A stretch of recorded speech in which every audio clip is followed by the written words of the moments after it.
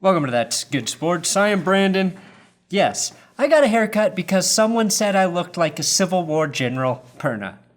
If I were a Civil War general, I would have fought for the North, let that be clear, and I would have been known in the history books as Brandon Piss Pants Perna, the Great General Coward. Speaking of a man who likes to dress weird, as did Civil War guys, Cam Newton's first photo in a Patriots uniform was posted on Twitter, and it somehow looks more photoshopped than all of the photoshopped Cam Newton images in Patriots uniforms out there. There's a lot to discuss today in the world of NFL news. The 49ers signed tight end Jordan Reed. The Jets keep losing fuel. Von Miller lost 15 pounds because of COVID. Seattle is still interested in Antonio Brown and Josh Gordon, and the player opt-out deadline is now Thursday, just in time for drug testing and whatever the hell this is to start Friday. All that on. Whew. That's good sports.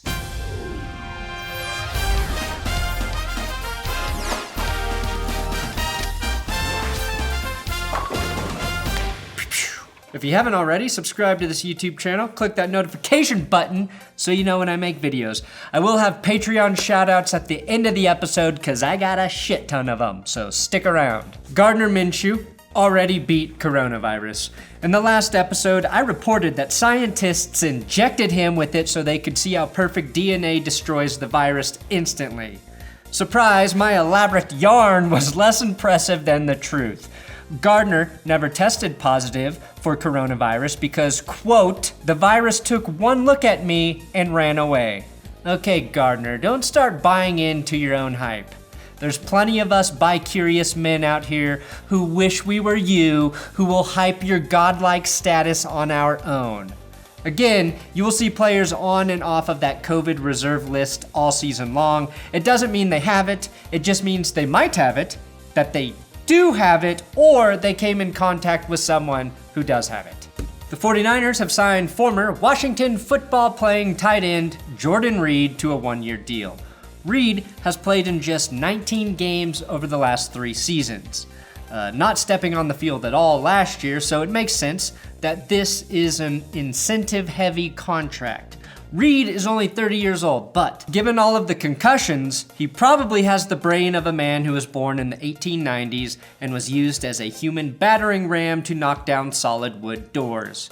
I'm not sure how Washington's shit show of a training staff persevered in spite of the Hippocratic Oath, but I am certain they found ways to make his head injuries way worse than they needed to be.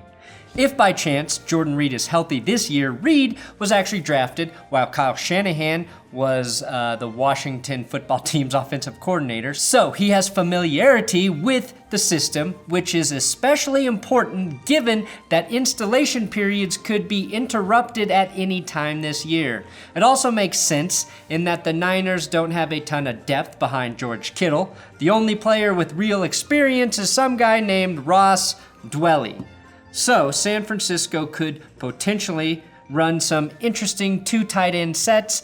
Basically, Kyle Shanahan will come up with something cool to do with a vertical threat style tight end. Reed and Kittle could be like Gronk and Hernandez, but hopefully without the bad stuff. Another jet crashes into the side of the mountain. This time, it's Quincy Enunwa. He did not opt out, but the team opted out of him, which doesn't make sense as the Jets typically love to pay players who never actually play. Enunwa has been hurt pretty much permanently since he signed an extension after the 2018 season for 4 years and $36 million. He only made it through 1 season. The Jets cut him after he landed on the PUP list this year, so essentially the Jets lost $20 million against the cap, and in return they got 1 reception for -4 yards, as Jason from Over the Cap pointed out on Twitter. What Jason failed to point out is that Enunwa, for the short time he was healthy, was a damn fine receiver. A lot like Jordan Reed in that his injuries have always been a bigger story than his production. But when productions are producing, they are productive. Knowing how hard it is for Quincy to stay on the field, I fully expect the Denver Broncos to sign and convert him to right tackle. The Seahawks appear to be bizarrely seeking attention once again. Pete Carroll mentioned that the team has been monitoring Antonio Brown's situation and that they're open to a reunion with Josh Gordon, who played for them briefly last season. Now, I personally have never once used Antonio Brown for attention or clicks or anything, so all I can say is that there's no reason to go after an insane person like Mr. Big Chest when DK Metcalf truly has the biggest chest of any wide receiver in the game. Pete Carroll likes to sign guys like Gordon, or that time he brought in T.O., or make good PR moves like trying out Brian Banks and Nate Boyer, things that look good or get headlines but in no way really help the team. It's sort of like when he was the head coach at USC and had celebrities constantly hanging around. Pete Carroll might just hate the fact that his starting quarterback is so vanilla. I think he misses true fuckboys like Mark Sanchez, Matt Leinart, and Reggie Bush, keeping his life interesting.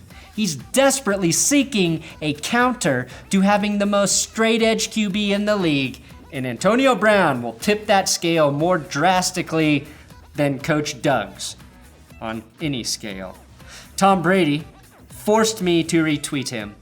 I have to give credit when credit is due.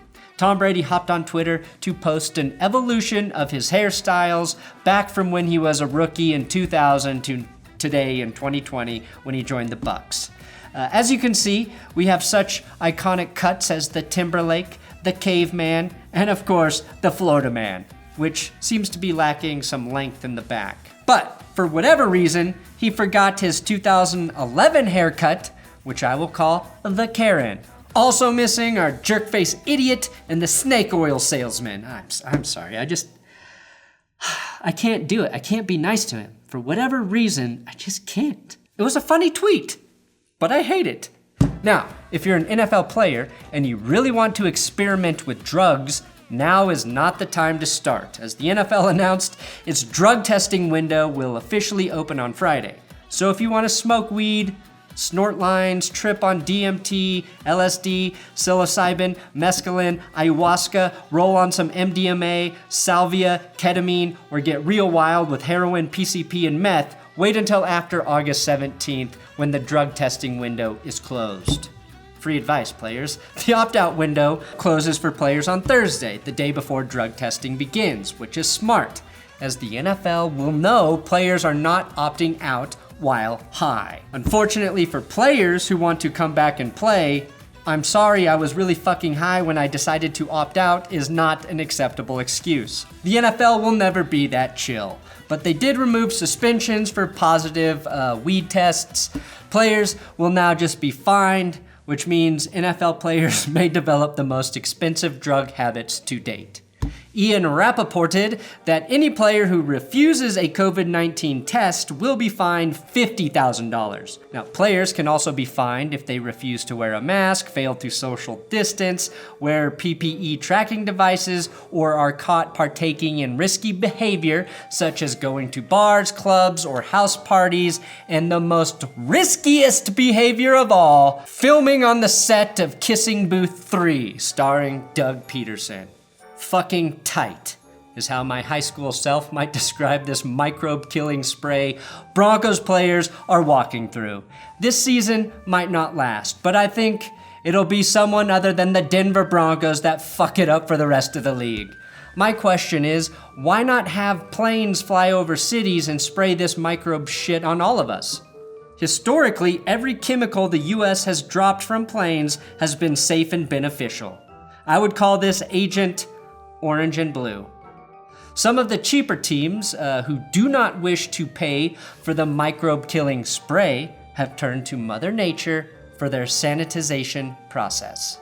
The Washington football team, for example, is having every player walk through a huddle of offensive linemen, big offensive linemen who fart around them with pants down and legs akimbo. Methane, of course, is a sterilizing agent and can be cheaply produced with beans. Big Dick Decker is at it again. Eric Decker made the news for grabbing his wife's tuchus.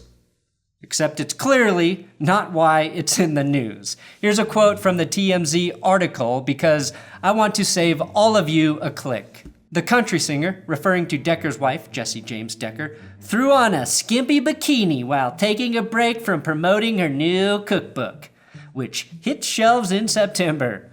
Ah, so that's why these photos look bizarrely staged and why this was worth the bandwidth. Nice try, TMZ. Very sly sponsored ad. While you're at it, I would like you to photograph my child's birth and drop a line like, Brandon Perna, smiles abound because he's getting to hold his newborn daughter for the first time. And because he has new content available monthly on Patreon that you can't find on YouTube. Thanks for the sponsor, TMZ. Von Miller might be in the best shape of his NFL career. His legs are absolutely jacked. His quad should be called quintuples for the muscles they have on their own muscles. Those tree trunks still aren't better than JJ Watt's dick legs, but they got stacks on stacks. Part of me thinks Von Miller and his body are in peak dominant condition, so nobody has the balls to tell him how disgusting his beard truly looks.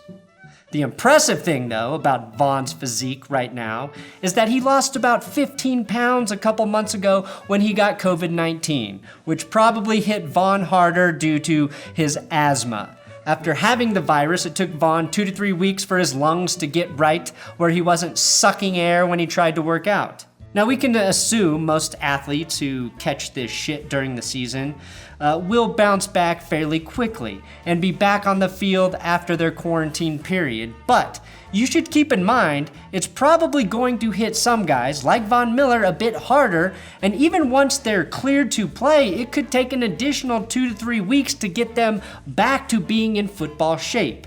If a dude loses 15 pounds like Von did, that's a real issue in the middle of the season. Von's lucky he had time to put that weight back on, that glorious, thick muscle mass. Oh, he's lucky! Then again, maybe it will help the rare player who's putting on too much weight during the season. And your big dick Patreon shoutouts are for Kalapawai Market, now at 15. Thanks for the phonetic spelling. Jerry Epstein didn't kill himself, also upping to 15. Laughing, Lake Lassick, upping to 20. Catherine Dankowski, Andrew Goss, Never Question Jesus Elway or You Will Be Punished with Lasers. Dallas Sucks, Go Birds, upping to 5. Dick Balls and Nuts, SSG Corey Thompson, Maxwell Gray, Rename the Bills Stadium Manscaped Lawnmower 3.0 Field, 0211. Anton, Elias, and Blue Ridge Mountain Plumbing upping to $138 per month for Virginia, Central Virginia's best plumbing. You can support this channel, patreon.com/ThatsGoodSports if you want. Thanks for watching another episode of That's Good Sports. Please subscribe here on YouTube. I'm on Twitter, Instagram. If you want to follow other social medias, that's where you do it. Poop.